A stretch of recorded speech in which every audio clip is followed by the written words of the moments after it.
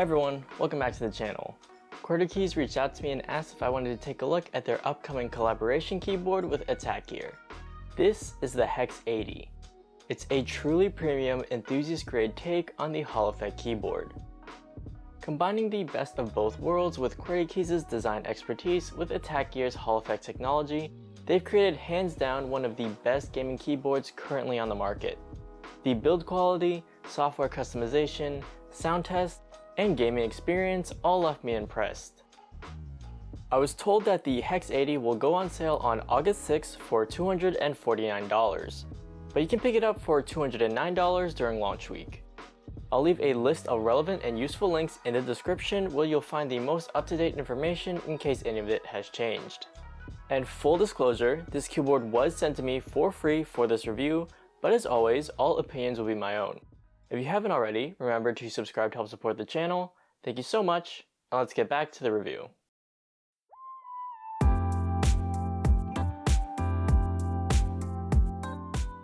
The Hex80 will come in 5 different colors: gray, purple, baby pink, spark, and this one which is sand gold.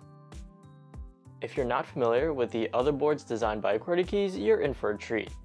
This keyboard looks amazing, especially the bottom, which features layers of color and a beautiful geometric design.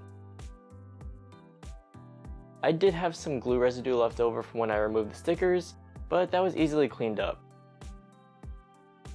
And also, the mirror finish on the bottom weight looks great, but is obviously a fingerprint magnet. So try your best to look and not touch.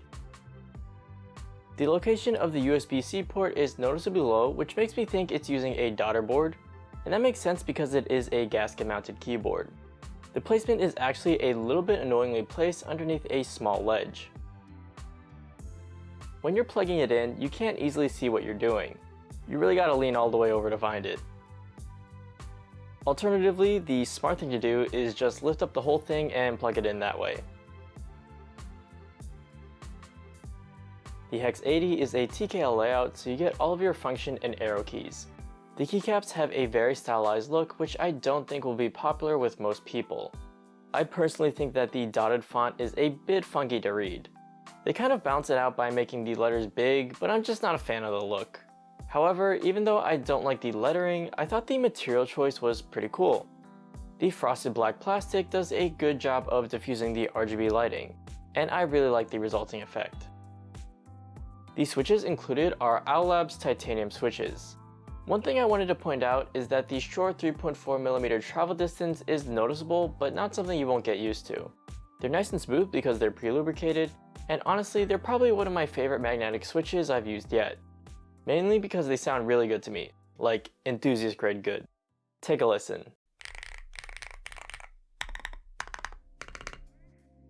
You may have noticed these 3 extra buttons above the arrow keys. The top left one controls the RGB effect of the keycaps. You can easily cycle through all the preset ones quickly and conveniently without opening the software. Similarly, the bottom left controls the lighting of what they call the logo section, which is just this little part. The triangle on the right allows you to quickly switch between different profiles. By default, the board comes loaded with 3: Office, Valorant, and Custom. To edit the profiles, you can either go to the ATK Hub website shown here, or download their dedicated program onto your computer. I often choose to use web configurators for my keyboards because I don't like loading my PC with additional stuff. In this tool, you have full access to change your basics like key mappings and lighting. No big surprises here, it has all of the functionality you expect.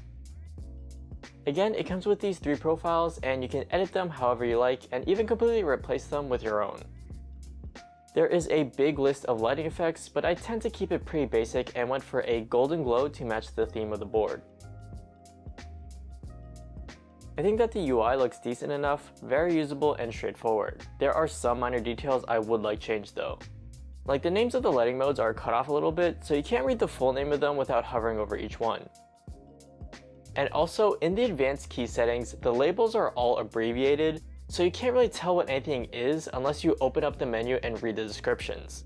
Like, this is DKS. It tells you what it does, but not that DKS stands for dynamic keystrokes. Unless there are improvements made to the labeling and descriptions, I can see a lot of people getting a little lost and doing a lot of Googling. As a complete product though, the ATK Hub configurator hits all the marks on delivering a software that is both usable and customizable for your individual needs. So let's see how the Hex80 performs in-game.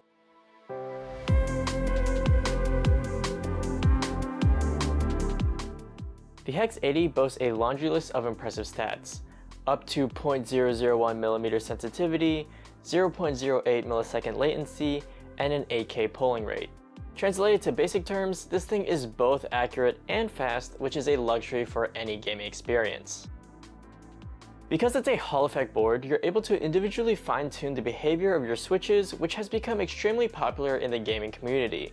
The options that they give you are robust and include probably everything you'd want, like rapid trigger, dynamic keystrokes, mod tap, toggle, rappy snappy, SOCD, and OKS. I do want to remind everyone though that these fancy mechanics aren't going to significantly improve your gameplay. Your skills will always be the most important factor over any hardware that you use. These tools just make your board feel more responsive than typical mechanical ones, giving you additional peace of mind, or tuned to your unique needs. And also, some of these are considered cheating depending on the game you're playing. For example, the popular rappy snappy mechanic is banned in Counter-Strike. I urge everyone to use these tools responsibly and do your own research if these are allowed in the games that you play. For my testing, I stuck to games that I was familiar with and or benefited from high accuracy button presses. So in a game like Tetris, which is a fast-paced puzzle game, I increased the sensitivity of the keys a lot. My inputs felt super responsive, but that also came with the increased risk of accidental misclicks, because even a slight pressing of a button would trigger it. Still though, the Hex80 is a fast keyboard if you want it to be, and my inputs felt super snappy.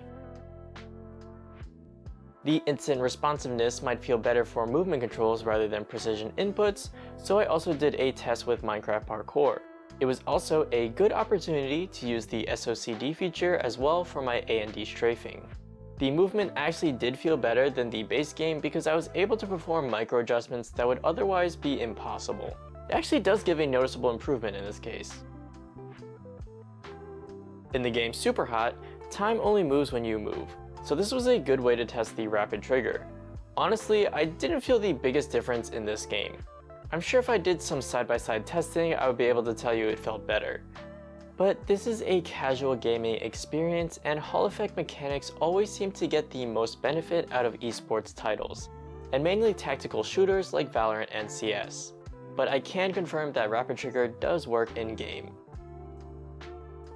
As an ending note on gaming with Hall effect keyboards, do your own research on how other players are using these boards for the games that you play. Certain mechanics will be more useful in some more than others. And as a reminder, some games don't allow for certain Hall effect mechanics to be used at all. So it's in your best interest to know what you're getting into before you decide to make an expensive purchase. Because of the premium price, I wouldn't recommend the Hex80 to casual audiences. I think that this board is best suited for people in the keyboard enthusiast hobby looking to add a Hall effect board to their collection. Qwertykeys did an amazing job when it comes to the build quality, sound profile, and design. Honestly, I think the Hex80 is probably the best designed Hall effect board I've seen. I also think that it's a great option for gamers who already own a Hall effect board, know that they like it over mechanical ones, and want to upgrade to something premium.